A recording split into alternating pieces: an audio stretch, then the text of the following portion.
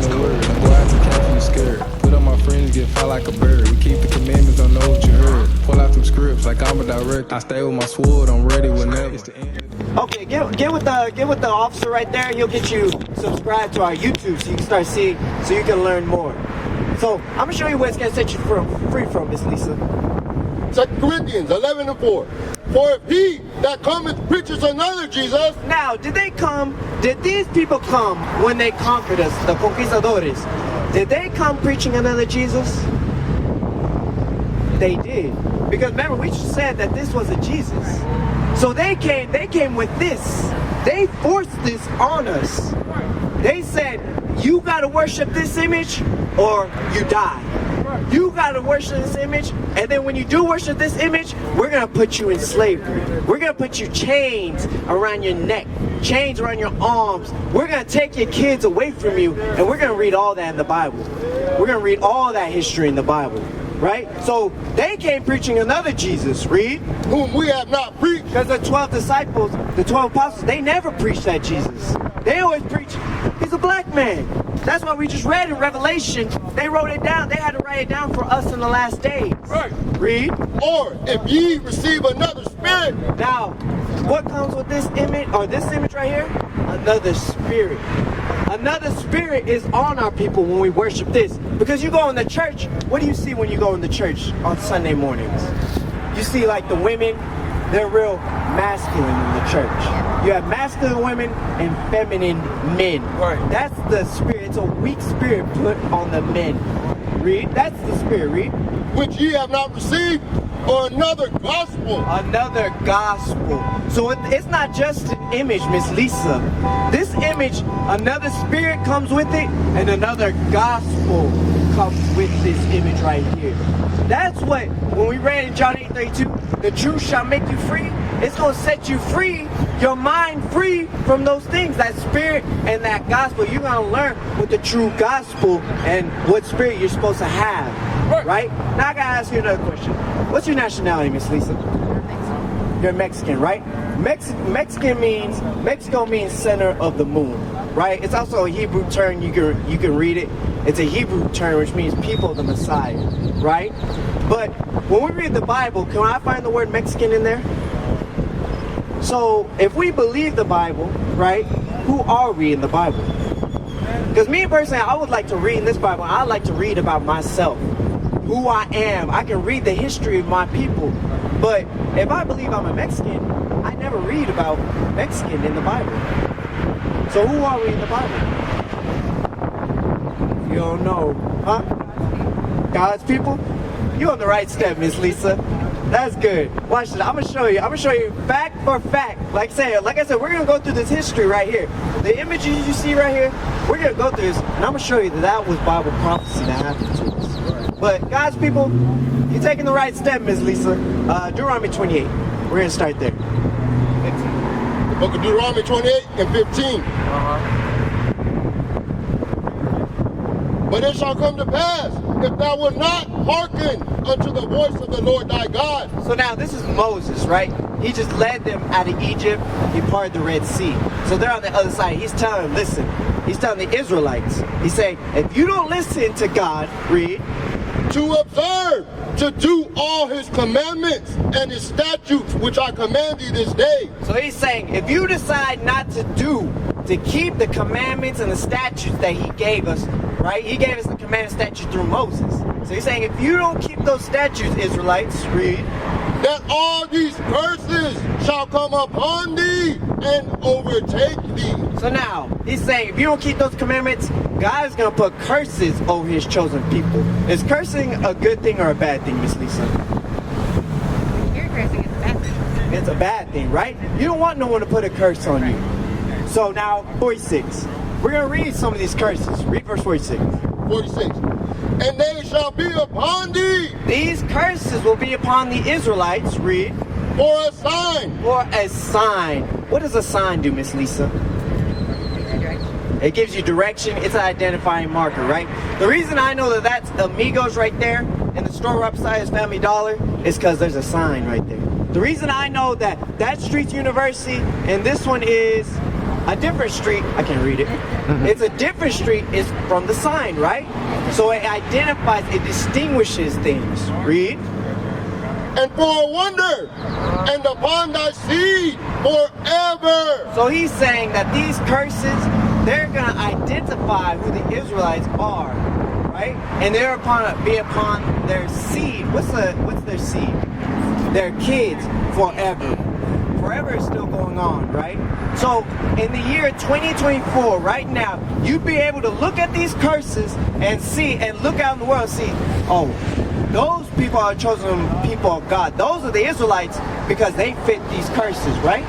Okay, so now we're going to go through this curse, Miss Lisa, and I want you to tell me who is it fit today in 2024. All right, verse 16. Verse 16. Cursed shall thou be in the city. So now Moses is saying, the Israelites, they're going to be cursed in the city. Now, Lisa, who lives in the impoverished parts of the world? When you go in the ghettos, the barrios, who lives there? A lot of them are minorities. Minorities like who? Mexican people. Mexicans, black people, right? And there are white people that do too. Like, yeah, there's the other day, they're sprinkled in, but we're talking about the majority of our people. Even, we can say, okay, let's say in Lubbock they're sprinkled in the other nations, but when you go to Houston, is it the same thing? You never been, where else have you been outside Lubbock? No, really? Okay.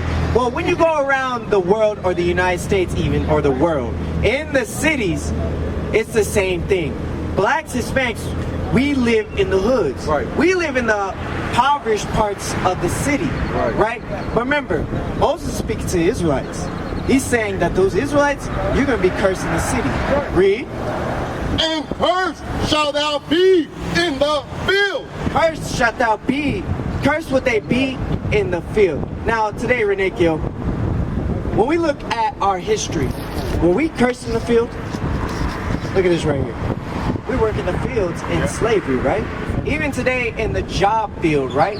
Who works the most but gets paid the least amount? Mexicans. Mexicans. And it's the hardest working jobs, right? Even black people, we have to take the lowest job, the lowest salary jobs, right? That's a curse on us. Right. Remember, I don't feel like we have to.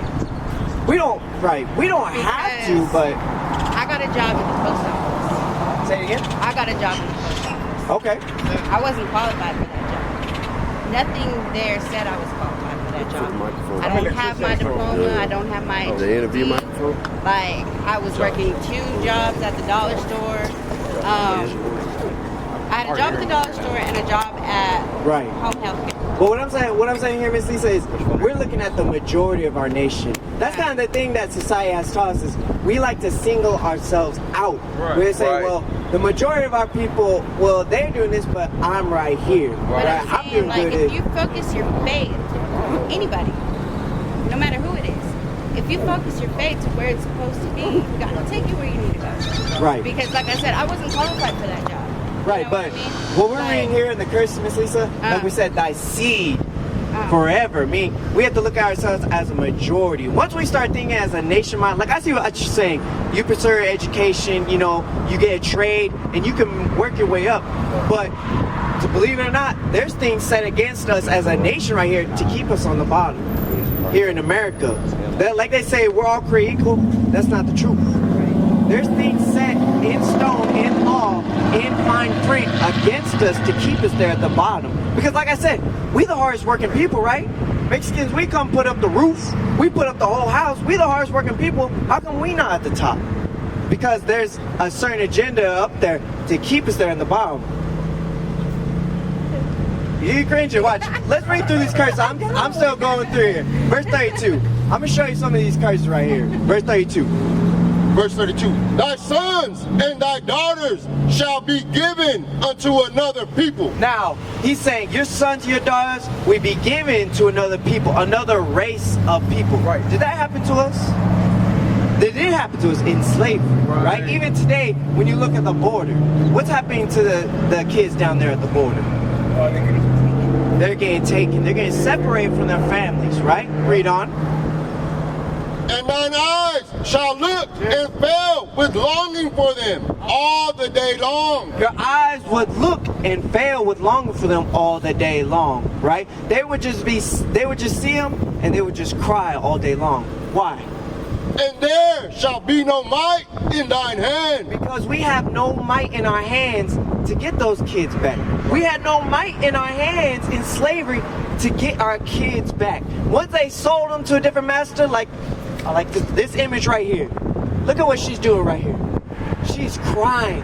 Why? Because her daughter is about to get sold. Right. And she knows there's nothing she can do about it. Break it out. That's what the Bible is talking about. Families being separated. Kids, naming back, going into boarding schools, things like that. That's our history. And we're reading it in the Bible. Right? Verse 48. Verse 48. Therefore shalt thou serve thine enemy. Oh, you gotta stop right there. Because when you go to church, what they say? Do they tell you you have enemies? Do they tell you you have enemies when you go to church, Miss Lisa? Do they?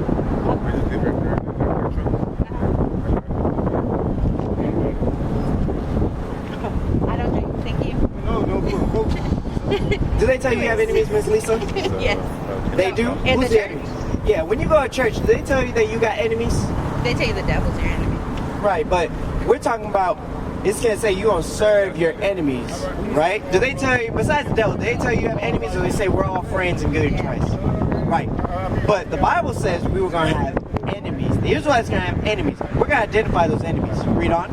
Therefore shalt thou serve thine enemies, which the Lord shall send against thee in hunger. In hunger. When you get hungry and you want food, where do you gotta go, Miss Lisa? I don't know, either cook or Right. You cook, but where do you gotta get the materials to cook? the store. You gotta go to the store. Who owns, we're right here in front of the Amigos. Who owns the Amigos? No. It's a Spanish name to put in our neighborhood, but do we own it? No. Who owns it? I really don't know. But what race, what I'm saying, I know we don't know the owner per se, but what race of people own it?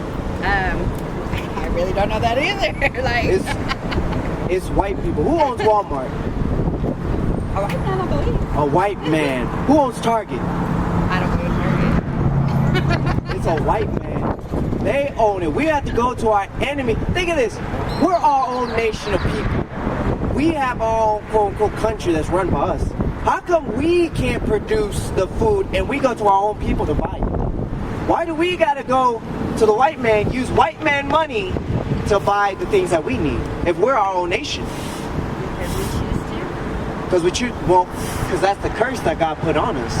That's the way this world's set. When you look up, America runs the world. So what breaks the curse? What breaks the curse? I'm gonna show you. I'm gonna show you what breaks the curse right here. But we're gonna finish this out. Keep reading. And in thirst. And in thirst, when you get thirsty, you gotta go to the same place, to the white man. You pay the water bill to who? The white man. Come on, Lisa, you gotta say it. We gotta say, we can't be afraid to say it. It's the truth. Right. My thing is I don't want to feel like I'm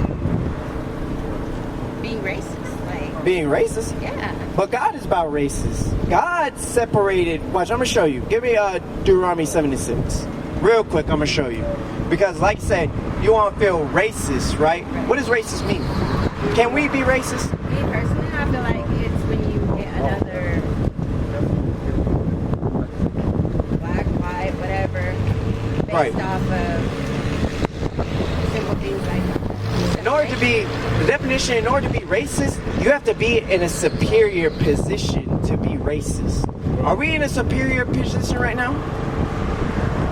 No, we're at the bottom. So how can we be racist if we're not in that superior position? Read Deuteronomy 76. I'm going to show you something about God in the Bible. Read. Deuteronomy 76. For thou art holy people unto the Lord thy God. God is telling the Israelites, he's saying, you are holy people. Holy means separate. He said, you are separate people unto God. Read.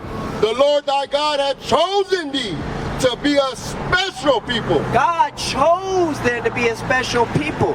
If anything is, like, let's say you have a special pair of shoes, right? Is that pair, do you hold that pair of shoes in the same light as the rest of your shoes?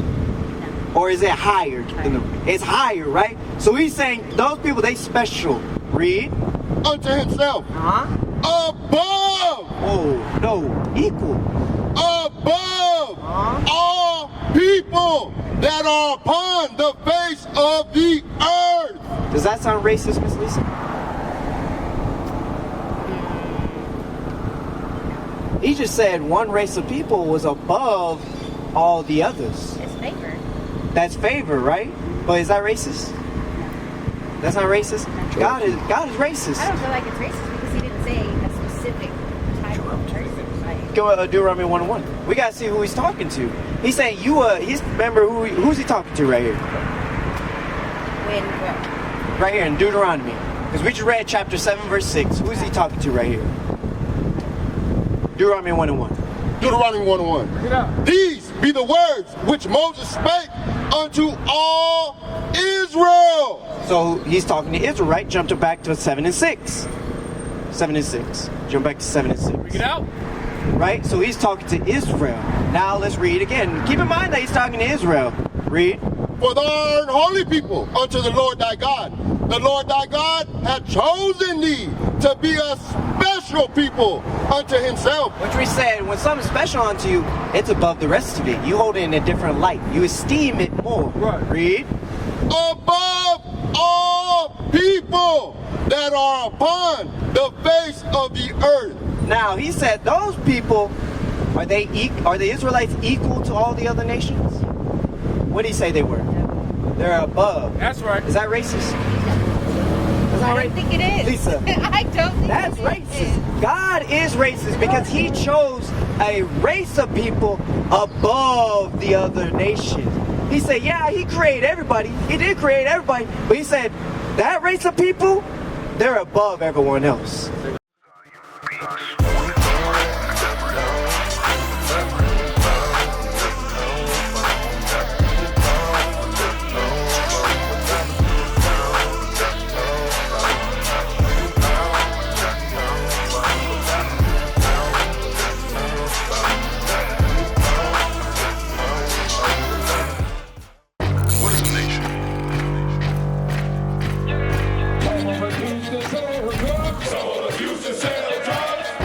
Nation is men leading by example.